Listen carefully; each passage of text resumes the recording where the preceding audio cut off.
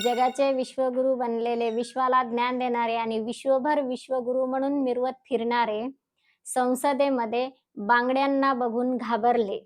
अर्थातच ही वास्तविकता आहे आपल्या संविधान भवनातली. आपल्या संविधान भवनामध्ये आपले जे सगळे खासदार बसलेले असतात ज्या ठिकाणी, प्रचंड सिक्युरिटी असते त्यांना. आपले सगळे केंद्रीय मंत्री तिथं बसलेले असतात. अध्यक्ष समोर असतात. सगळी यंत्रणा त्यांची तैनात असते. एक ना एक व्यक्ती तिथं चेक करून मध्ये पाठवला जातो. सगळ्या तपासण्या झालेल्या असतात.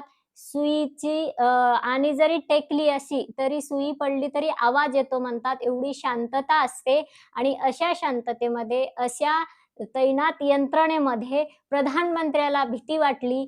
कशाची? तर अर्थातच आपल्या नरेंद्र मोदी साहेबांना भीती वाटली बांगड्यांची. कसं काय म्हणाल बांगड्यांची? तर प्रधानमंत्री भिवून आलेच नाहीत त्या दिवशी. का नाही आले? तर म्हणे माझ्यावर लई मोठा हल्ला होणार होता. कोणाकडून होणार होता म्हणले, अहो तुम्ही विश्वभर फिरले प्रधानमंत्री नरेंद्र मोदी, तर कुठला देश तुमच्यावर हल्ला करणार होता त्या दिवशी संसद भवनामध्ये? म्हणले नाही, नाही विश्वभर, दुसरा देश नाही. आपल्या देशातल्या, आपल्या माता भगिनी, आपल्या देशात स्त्रीला देवता म्हटलेलं आहे. आई म्हटलं जातं परस्त्रीला. परनारी माते समान असं आपले जगद्गुरु तुकोबाराय सांगतात. सर्व संतांनी सांगितलं.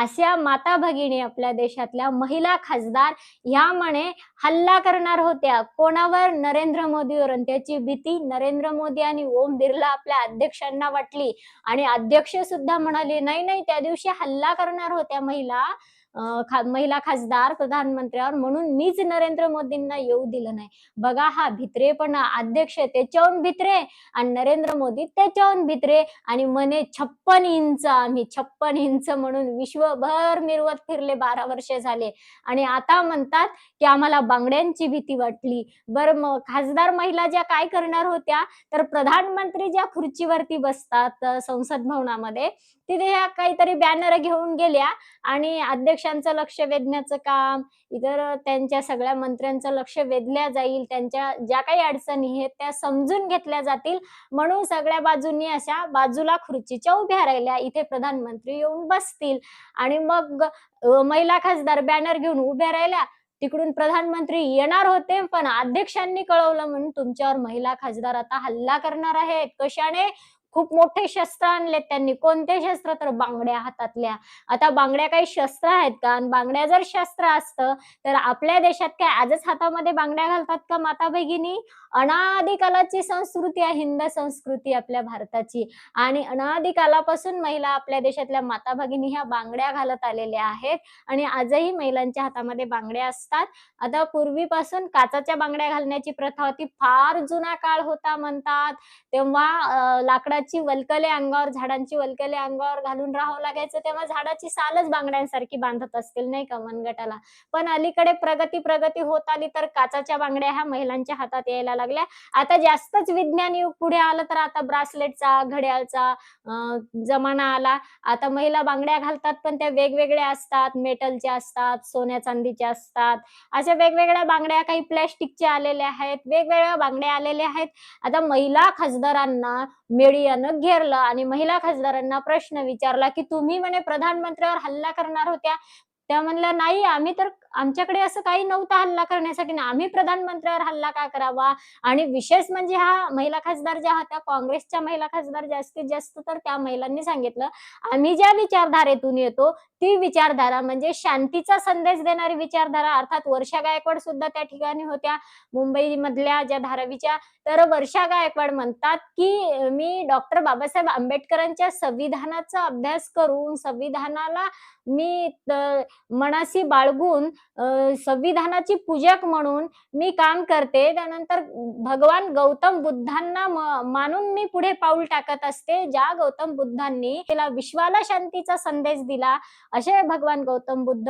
आणि आम्ही या मार्गाने जाणारे, आम्ही गांधी विनोबांच्या मार्गाने जाणारे." हे काँग्रेसची विचारधारा म्हणजेच गांधी विनोबांच्या कुठे ना कुठे यांना मार्गाने जाणारी विचारधारा आहे पूर्वीपासून. आणि आम्ही कसा शस्त्र हातात घ्यावं आणि आम्ही प्रधानमंत्र्यावरती नरेंद्र मोदींवरती हल्ला कसा कराल आम्ही? बरं ते म्हणतात की नाही हे करणारच होते, तर आमच्या हातामध्ये काय होतं? तर तेच ओम बिर्ला आणि नरेंद्र मोदी उत्तर देतात की त्यांच्या हातामध्ये बांगड्या होत्या. आता बांगड्या त्यांनी काय अशा हातात धरलेल्या असतात का? महिलांच्या बांगड्या हातात असतात. बरं त्या महिला खासदार पुन्हा म्हणतातही ठीक आहे बांगड्या आमच्या हातात असतील, पण बांगड्या काय आमच्या त्या सगळ्या खासदार सांगतात की एकाही खासदार महिलेच्या हातात काचेच्या बांगड्या त्या दिवशी तरी किमान नव्हत्या. वर्षा गायकवाड तर म्हणतात, "मी लग्नानंतर पुन्हा काचेची बांगडी कधीच घातली नाही. त्या दिवशी संसद भवनातला दिवस तर दूरच मी कधी घातलीच नाही" म्हणतात नंतर काचेची बांगडी. धानोरकर होत्या त्या ठिकाणी त्याही म्हणतात, "मी सुद्धा काचेच्या बांगड्या नव्हत्या घातल्या." अशा अनेक खासदार म्हणतात, की आमच्या हातामध्ये काचेच्या बांगड्या नव्हत्याच. मग नरेंद्र मोदीला कसं कळालं, की या महिलांच्या हातात काचेच्या बांगड्या आहेत? हे प्रश्न खूप मोठा आहे. नरेंद्र मोदी त्या दिवशी आलेही नाही बरं. आले तरी बी ते ब्रह्मचर्य पालन करणारे नरेंद्र मोदी आहेत. कारण की त्यांनी पत्नीचा तेव्हाच त्याग केला सत्तेसाठी, पक्षासाठी. कारण त्यांना पक्ष वाढवायचा होता, पक्षाचे गुणगान गायचे होते, त्यांच्या पार्टीला मोठं करायचं होतं. त्यांची पार्टी किती महान आहे हे जगाला दाखवायचं होतं आणि जगभरामध्ये फिरायचं होतं त्यांना, की भारतीय जनता पार्टी, भारतीय जनता पार्टी म्हणून सगळ्यांना मिरवत सांगायचं होतं आणि त्यांनी एक पुन्हा संकल्प घेतला होता तो म्हणजे काँग्रेसमुक्त त्यांना हा भारत देश करायचा होता. हा संकल्प घेऊन ते सत्तेवरती येण्यासाठी निघाले होते, की एक तर त्यांना त्यांची पार्टी किती महान आहे हे दाखवायचं होतं. दुसरं काँग्रेसमुक्त भारत त्यांना करून दाखवायचा होता. मग काँग्रेसमुक्त भारत करण्यासाठी आणि त्यांचा भाजप युक्त भारत करण्यासाठी त्यांनी बायकोचा त्याग केला तेव्हाच म्हणजे लग्न झालं तेव्हाच त्यांनी बायकोचा त्याग केला असं ते स्वतः सांगतात. मग ते सांगतात तर त्यांना त्यांच्या बायकोच्या हातातल्या बांगडीचा आवाज नको होता, पण या महिला खासदारांच्या हातातल्या बांगड्यांचा आवाज त्यांना गेला कसा? कारण तिथं तर ते हजर नव्हते. मग त्यांना आवाजावरून कळालं असेल ना, की हां, महिलांच्या हातात काचेच्या बांगड्या आहेत आणि त्या बांगड्यांचा आवाज माझ्या कानावर आलाय. आज मी जायला नाही पाहिजे भवनामध्ये, कारण की आज मी संसद भवनात गेलो तर आज महिला माझ्यावर बांगड्या टाकून हल्ला करतील, असं त्यांना वाटलं असेल. ब्रह्मचारी माणसाला कळायलाच नाही पाहिजे, की महिलांच्या पायामध्ये पैंजण आहेत, पैंजणाने हल्ला करणार आहेत का मनगटामध्ये, हातामध्ये बांगड्या आहेत, बांगड्यांनी माझ्यावर हल्ला करणार आहेत का त्यांच्या कानामध्ये कुंडल आहेत, झुमके आहेत वगैरे. ह्या गोष्टी ब्रह्मचारी माणसांना कळायलाच कशाला पाहिजे. कारण ब्रह्मचारी माणसाची जी नजर असते ती नाकाच्या शेंड्यावरती असते. त्यांना दुसरं-तिसरं काहीही दिसत नसतं. नारी माते समान. बस त्यांना त्या बांगड्या आहेत का काय आहे वगैरे समोर महिला आहे हा सुद्धा भेदभाव ब्रह्मचर्य पालन करणाऱ्या माणसाला दिसत नसतो. तो माझ्या बंधूंनी म्हणलं तरी त्यात भगिनी आपोआप आल्या.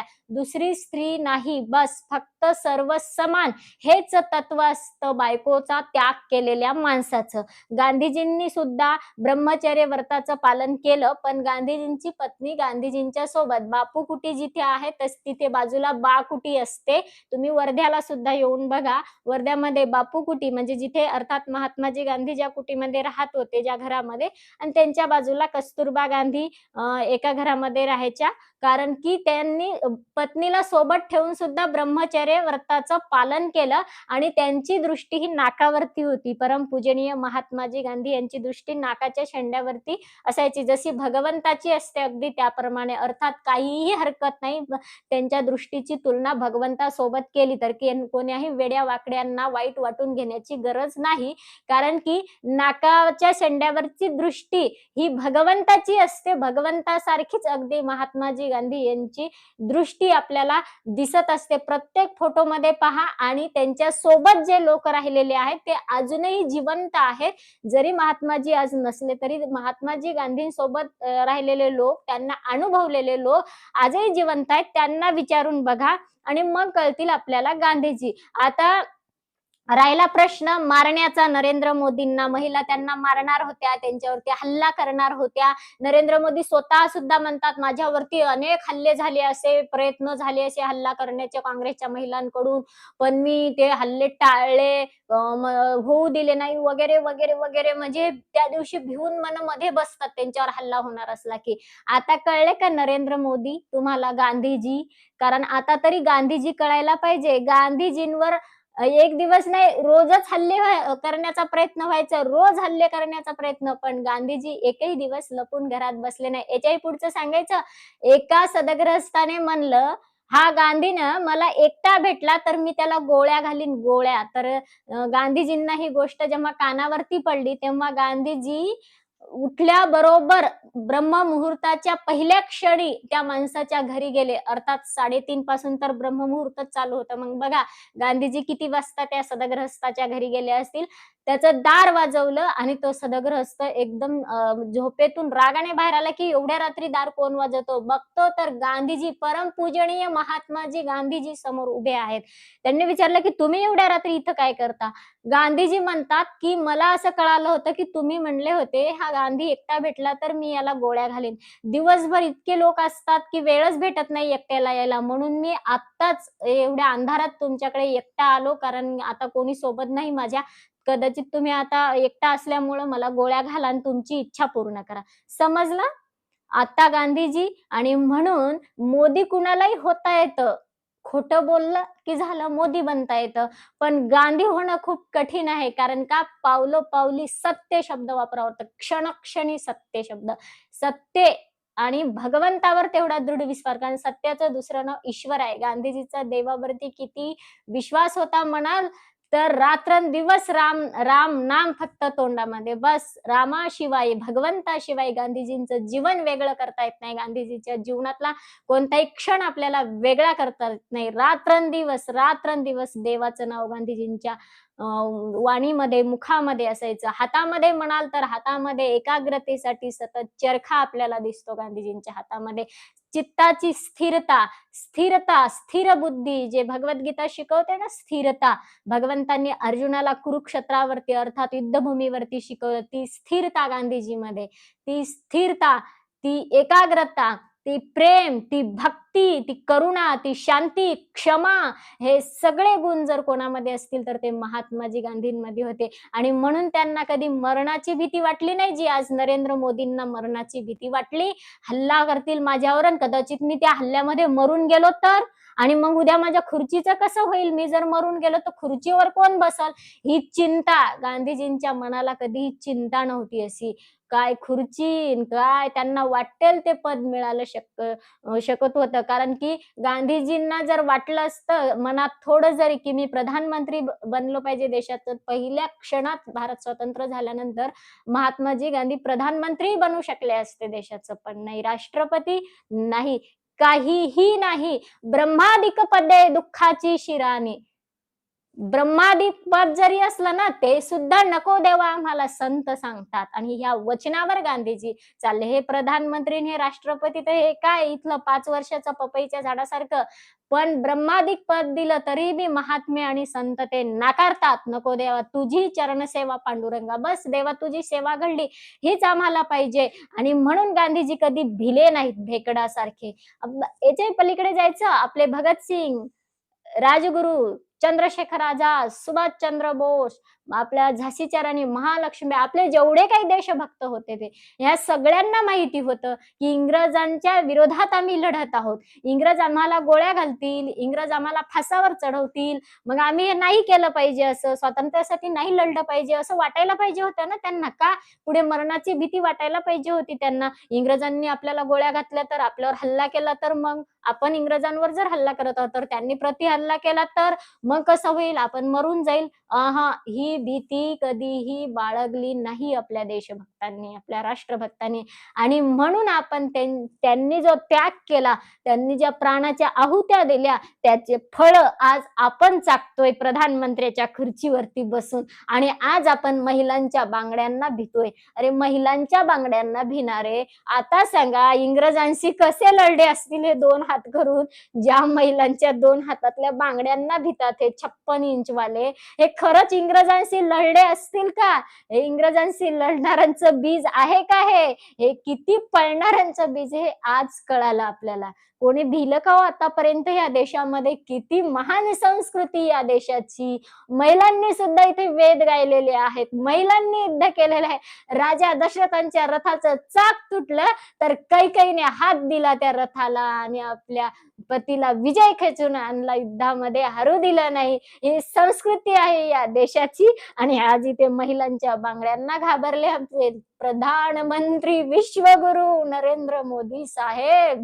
आज यांचे जेवढे काही आंधळे भक्त आहे ना, त्यांनी सगळ्यांनी चरणाभिषेक करा तुमच्या देवतेचा, तुमच्या विश्वगुरूंचा आणि त्यांच्या चरणाचं पाणी तीर्थ म्हणून पिया आणि तुमच्या घरच्यांना पाजा, बाकीच्या शेजाऱ्यांना पाजू नका.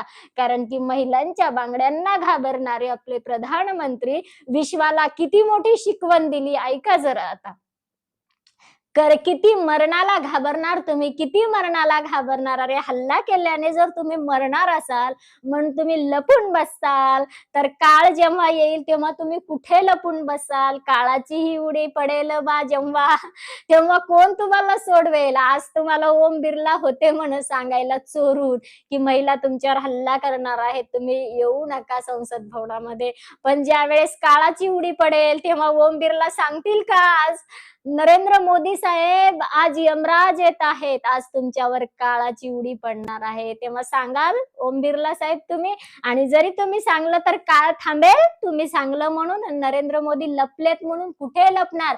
हा मानव देह आहे, हा आज ना उद्या जाणारच आहे. तुम्ही आज लपले काय उद्या लपले काय? अरे काय त्या महिलांवर भोळ्या भाबड्या आरोप करता तुम्ही? अरे हल्ला करतात का? अरे काय त्या वर्षा गायकवाड त्यांच्या सोबत एका टेबलवरती जेवण केलेलं आहे आम्ही, पण कधी वाटलं नाही की ही महिला खासदार वर्षा गायकवाड गुंडा असेल वगैरे, बांगड्यांनी हल्ला करल वगैरे, काही भीती नाही वाटली. आम्ही तर निशस्त्र त्यांच्या सोबत बसलो बाबा जेवण करायला, पूर्ण वेळ जेवण केलं, आम्हाला नाही भीती वाटली त्या वर्षा गायकवाडची. असेल का ना खासदार असेल तेव्हा ती पालकमंत्री होती आमची, कोणी का असे ना आम्हाला काय घेणे. आम्ही परमपूजनीय गांधीजींच्या मार्गावर चालणारे लोक आहेत, मरणाला भिणारे नाहीत म्हणून आम्हाला कधीही भीती वाटली नाही ना. आज तुम्ही साध्या खासदार महिलांना भिल्या. अरे काय नरेंद्र मोदी, काय तुमचे ते आंधळे भक्त, वा आंधळ्या भक्तांना आज खरंच त्यांचं सार्थक झालं की जे त्यांना विश्वगुरु म्हणून प्रचार करत बसले ते आमचे विश्वगुरु, आमचे विश्वगुरु. आणि बघा विश्वाला संदेश देतात की आम्ही महिलांच्या बांगड्यांना घाबरतो, कारण का महिलांकडे शस्त्र, बांगड्यांचं शस्त्र. महिलांच्या हातात तलवारी असत्या, महिलांच्या हातात भाले असते, महिला जर घोड्यावर बसून आल्या असत्या तर समजायचं होतं हे आमच्यावर हल्ला करतील म्हणून. अरे बाहेर संसद भवनामध्ये पाय ठेवता ठेवता त्यांच्या किती तपासण्या केलेल्या असतात, किती मशीन लावलेल्या असतात जागजागी, त्या मशिनीतून आत घातलं जातं यांना, यांच्या तपासण्या करून यांच्या हातात कुठलं शस्त्र वगैरे नसावं म्हणून. आता काय महिलांनी बांगड्या घालायच्या सोडायच्या का? का प्रधानमंत्र्यांना भीती वाटायली बांगड्यांची म्हणून आता महिलांना बांगड्या, म्हणजे आमच्या हातात 4-4 होत्या, आम्ही काढूनच टाकल्या, आवाज येतो म्हणून आता एक-एकच ठेवली. का प्रधानमंत्र्यांना भीती वाटते बांगड्यांचा आवाज गेला तर? काय या देशाची संस्कृती तुम्ही शिकवण देत आहेत जगाला आणि ह्या बातम्या तुम्ही इंटरनॅशनल करत आहेत. असे आमचे प्रधानमंत्री बांगड्यांना घाबरतात, मोठमोठ्या पेपरमध्ये हे प्रधानमंत्रीच पुन्हा आपले स्टेटमेंट देत आहेत की माझ्यावर हल्ला होणार होता म्हणून मी आलोच नाही. अरे इंटरनॅशनल बातमी होत आहे ही. काय म्हणत असतील दुसऱ्या देशातले लोक, भारताचे प्रधानमंत्री महिलांच्या बांगड्यांना घाबरतात म्हणून? थोडी तर जाणीव ठेवा आपल्या देशाचा पराक्रम, आपल्या देशाच्या पराक्रमाचा इतिहास, आपल्या स्वातंत्र्याचा इतिहास किती पराक्रमाचा आहे. लक्षात ठेवा कशी लढली आपली महाराणी झाशीची लक्ष्मीबाई, तसं लढायला शिका. किमान तुम्हाला भगतसिंगांसारखं लढता येत नसेल तर महिलांचा तर आदर्श घ्या कमीत कमी. पुरुषांचा तर तुमच्याच्याने नाही घेणं होत तर, पण किमान महिला तर घाबरल्या नाहीत या देशाचे, तर पुरुषांचे पराक्रम तर अगाध आहेत. म्हणजे आकाशाचा कागद केला तरी आपला भगतसिंगांसारखे आपले जे पुत्र आहेत आपल्या भारत मातेने दिलेले, त्यांचा इतिहास आपल्याच्याने लिहिणं संपणार नाही. इतका मोठा त्यागाचा आणि बलिदानाचा इतिहास आहे. प्राणाच्या आहुत्या द्यायला घाबरले नाहीत, हे देऊन टाकल्या. पण इन्कलाब जिंदाबाद हा नारा त्यांनी गाजवला आणि आजही त्यांचा तो नारा ऐकल्यानंतर येथील भारतीयांचं रक्त सळसळतंय आणि तुमचं रक्त पळतंय, लपून बसतंय. तुमचा हा इतिहास कसा होता स्वातंत्र्याच्या काळात लढलेला तुमच्या पूर्वजांचा, तुम्ही बस या कृतीवरून दाखवून दिला, या उदाहरणावरून. असं आहे बंधू भगिनींनो, आपल्या संसद भवनातलं हे वास्तविक. असे या लोकांना ह्या खुर्चीवरती बसून साध्या महिलांना हे घाबरतात, हे पाकिस्तानला काय धडा शिकवणार? आता बघा हे कसे पाकिस्तानला धडा शिकवणार आणि येऊन जाऊन म्हणतात आम्ही 56 इंच आहेत. आज बघितलं यांचा इतिहास आणि यांचा पराक्रम. तुम्हाला नक्कीच काय वाटतं? खरंच महिला आपल्या देशातला अशा इतकी सिक्युरिटी तैनात असणाऱ्या प्रधानमंत्र्यावर हल्ला करत असतील का? आणि यांनी त्याच्यामुळं बांगड्यांना भिवून आलेच नाही. तर एवढा पराक्रमी प्रधानमंत्री भविष्यातही आपल्या देशाला असावा का? इतका भित्रा काय निर्भय प्रधानमंत्री असावा? नक्कीच आपली प्रतिक्रिया कळवा. व्हिडिओला लाईक करा, शेअर करायला विसरू नका, हाईप करा, सबस्क्राईब करा. जय हिंद, जय भारत, जय जवान, जय किसान.